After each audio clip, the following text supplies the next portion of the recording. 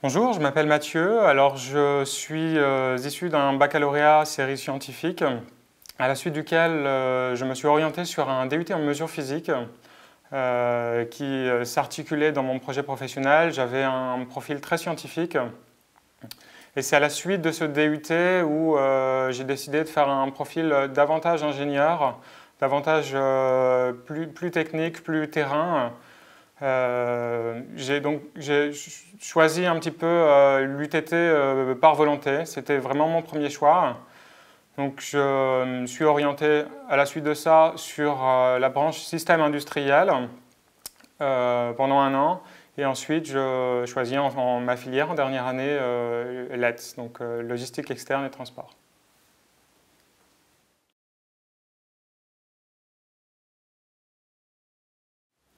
Alors, il faut savoir une chose, c'est qu'en DUT mesures physiques, on fait beaucoup de mathématiques, beaucoup de prépa. C'est un programme qui est très similaire à la prépa en général. Et je voulais vraiment m'éloigner de ces cours très mathématiques, très physiques, très théoriques et me rapprocher davantage d'une formation plus humaine, plus managériale, sur laquelle on fait de l'organisation opérationnelle au quotidien et sur laquelle je me retrouvais davantage. Alors, une UV qui m'a beaucoup marqué, que j'ai beaucoup apprécié en système industriel, c'est l'UV MT14 de recherche opérationnelle enseignée par M. Prince, qui est un excellent chercheur, un excellent enseignant. Donc, la recherche opérationnelle, c'est l'optimisation, c'est vraiment la base même des systèmes industriels. Il faut avoir en tête un système très complexe, donc toute organisation est maillée par un système très complexe. L'objectif étant de prendre un critère quelconque, par exemple sur une entreprise, sur une chaîne de fabrication, on cherche parfois à réduire les délais. Cette réduction de délai, elle passe par des contraintes qu'il faut piloter, avec lesquelles il faut travailler. L'objectif étant d'obtenir de piloter de la meilleure manière ces contraintes pour avoir des délais les plus serrés. Donc c'est simplement de l'optimisation sur un point de vue industriel.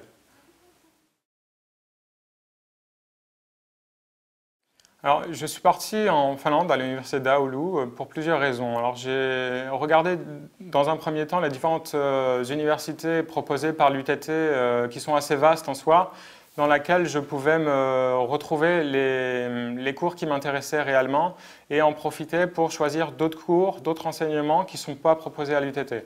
Donc, l'université d'Oulu en Finlande, je me suis notamment retrouvé à travers cette formation qui est enseignée sur place, puisque j'ai eu l'occasion de suivre davantage de cours orientés sur le commerce international, orientés plus business, qui rentrent dans le cadre de mon projet professionnel sur du long terme.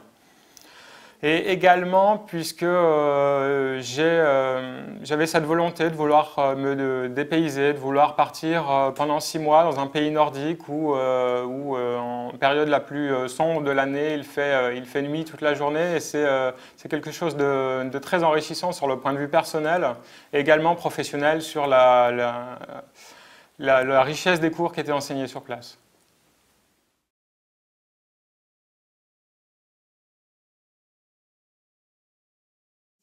Alors pour mon TN9, j'ai été contacté par une entreprise nantaise alors que j'étais en Erasmus en Finlande, donc je n'avais pas la possibilité de me déplacer pour faire un entretien.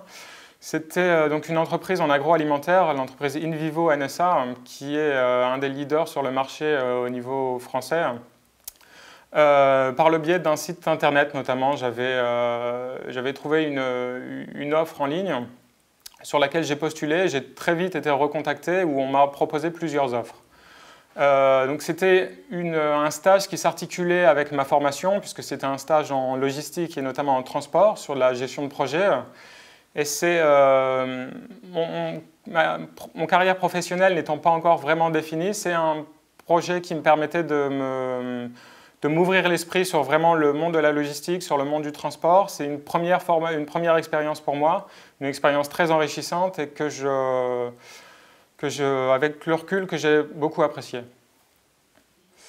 Alors, mes missions pour ce stage, j'ai notamment travaillé sur un projet, donc sur l'implémentation d'un projet d'informatique embarquée pour une flotte de véhicules étendue sur le niveau national.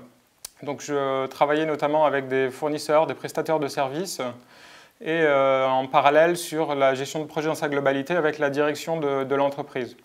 Donc j'ai eu quelques difficultés, notamment à jongler entre ces différents niveaux opérationnels. Donc j'ai travaillé avec des routiers au quotidien sur des véhicules, mais également d'un point de vue plus stratégique avec du personnel de direction qui ont des idées diamétralement opposées. J'étais très autonome par rapport à cette mission. J'étais vraiment tout seul sur ce projet.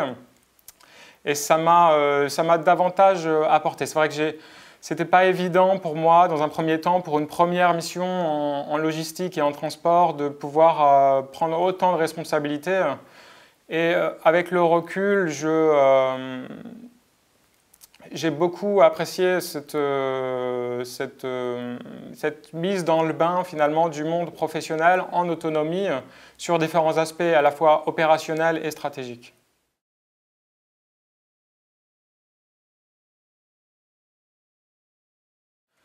Alors, en système industriel, nous avons 3 filières.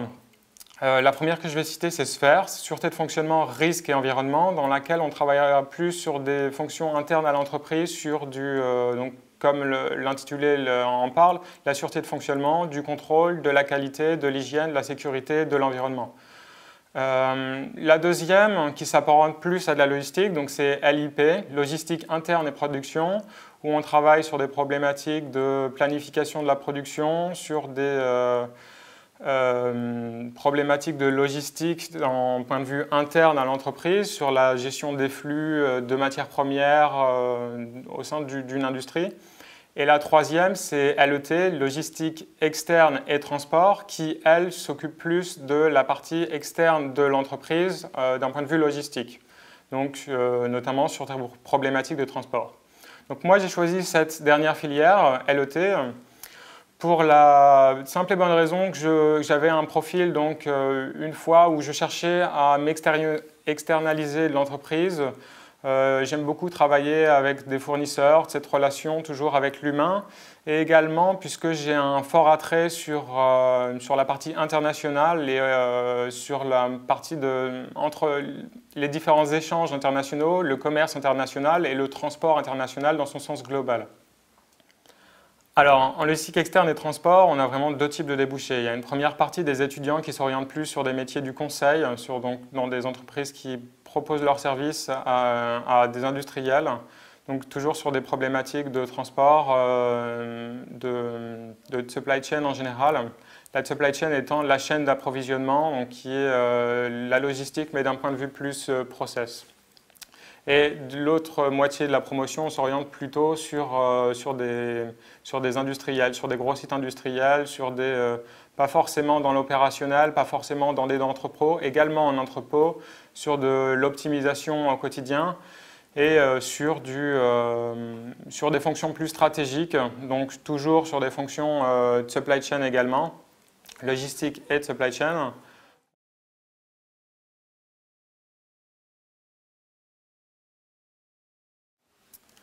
Alors, pour mon TND, j'ai vraiment voulu chercher un stage qui rentrait dans le cadre de mon projet professionnel pour à la suite rentrer dans le monde du travail avec d'excellents bagages, avec un excellent réseau.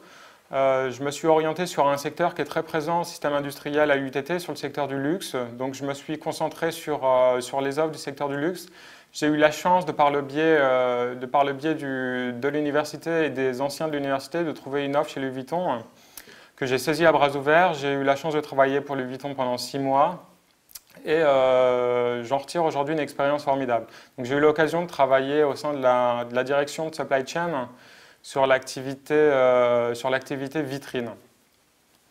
Alors, j'avais pour mission au sein de la supply chain de l'activité vitrine, donc de gérer l'ensemble de la chaîne d'approvisionnement des vitrines pour les différentes boutiques du Louis Vuitton à travers le monde. Donc, j'avais en charge des activités à la fois logistique et supply chain, donc en relation avec les différents fournisseurs, à la fois qui sont présents à travers le monde, et en relation avec les transporteurs, les entrepôts, les douaniers sur place, les responsables, les collaborateurs en zone et les différents magasins.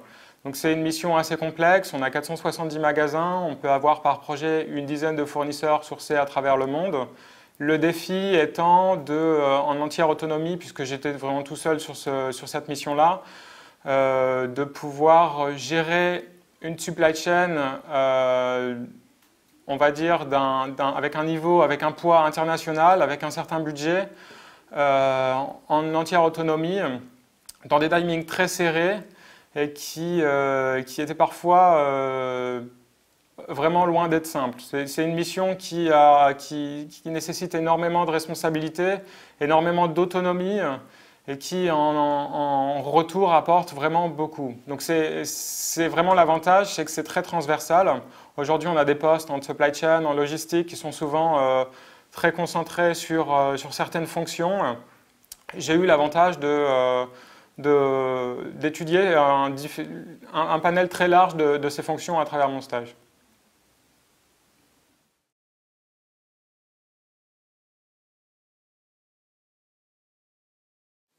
Donc dans les prochaines années, je me vois donc toujours travailler sur le secteur du luxe, éventuellement chez Louis Vuitton. J'aurai sûrement l'occasion d'acquérir plusieurs expériences, que ce soit en logistique, peut-être industrielle, que ce soit en supply chain, en distribution.